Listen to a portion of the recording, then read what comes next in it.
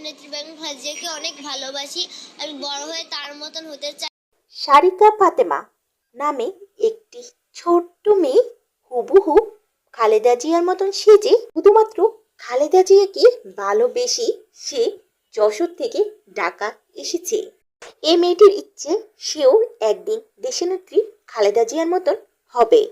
এই মেয়েটি বলে, খালেদা জিয়াকে আমি অনেক ভালোবাসি, কারণ খালেদা জিয়া কখনো অন্যায় পথে চলেননি, এমনকি অন্যায় পথে কখনো আপোষও করেননি।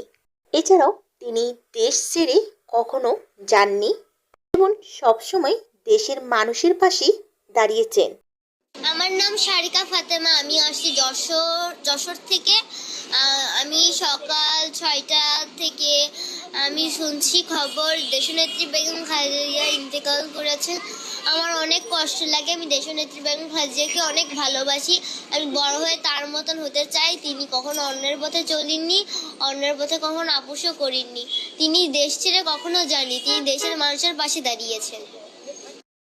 ভিউয়ার্স, এই মেয়েটির কথাগুলো শুনে আপনাদের কাছে কি মনে হয় অবশ্যই নিচে কমেন্ট করতে ভুলবেন না, আর ভিডিওটি লাইক এবং শেয়ার করুন।